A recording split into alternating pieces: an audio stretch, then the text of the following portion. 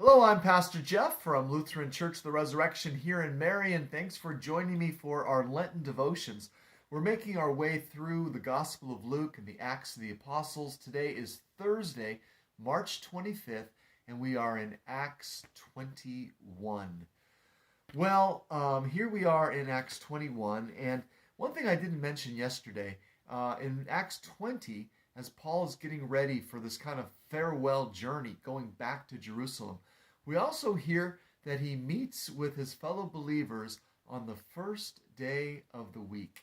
It is a clue that Luke gives us in Acts that the Christian community is now developing its own unique identity, that it's weekly meeting together, not on the day of Sabbath, when the Jewish people would meet, but on the first day of the week, the day of resurrection.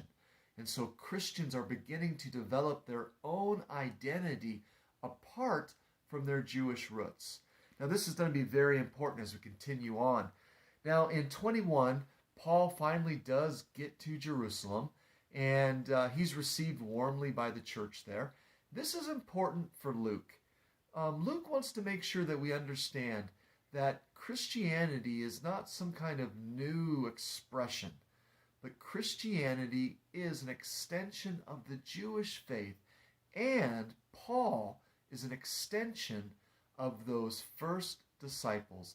Jerusalem is the shed. It's headquarters for the Christian movement.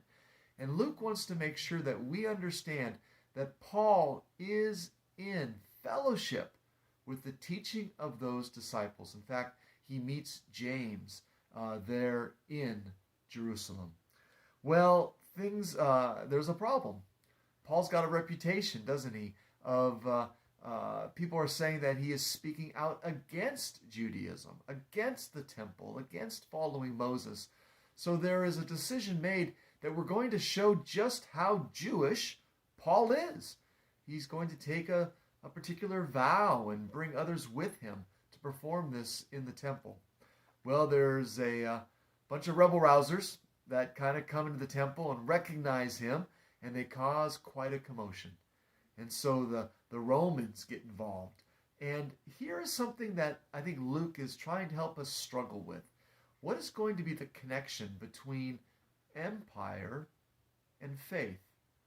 How are these two worlds going to intersect? Are they always in conflict, or may they at times be beneficial to each other?